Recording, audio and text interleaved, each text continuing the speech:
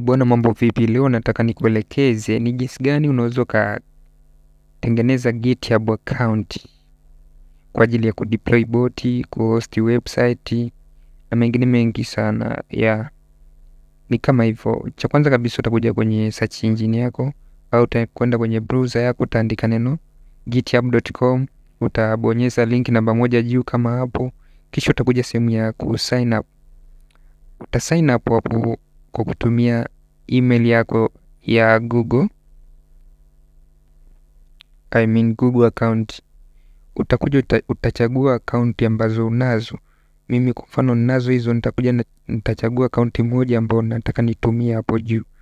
Nikishachagua account, nitasubiri load. Baada ya load, nita scroll down, nita continue.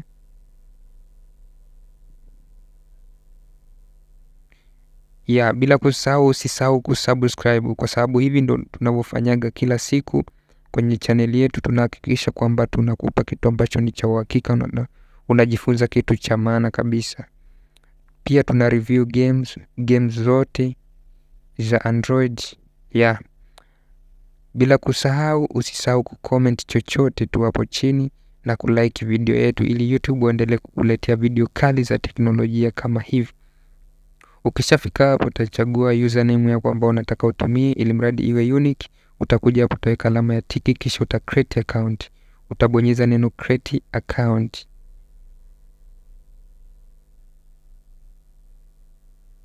Uta create account hapo chini, utasubiri utaload kama hivyo.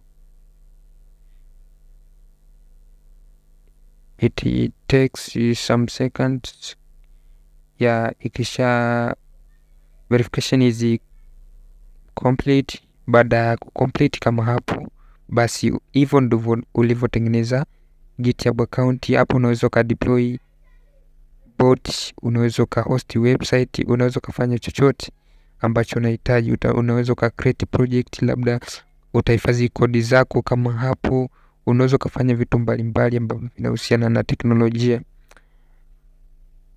Kipindi kinachokuja nitakueleza kitu kingine.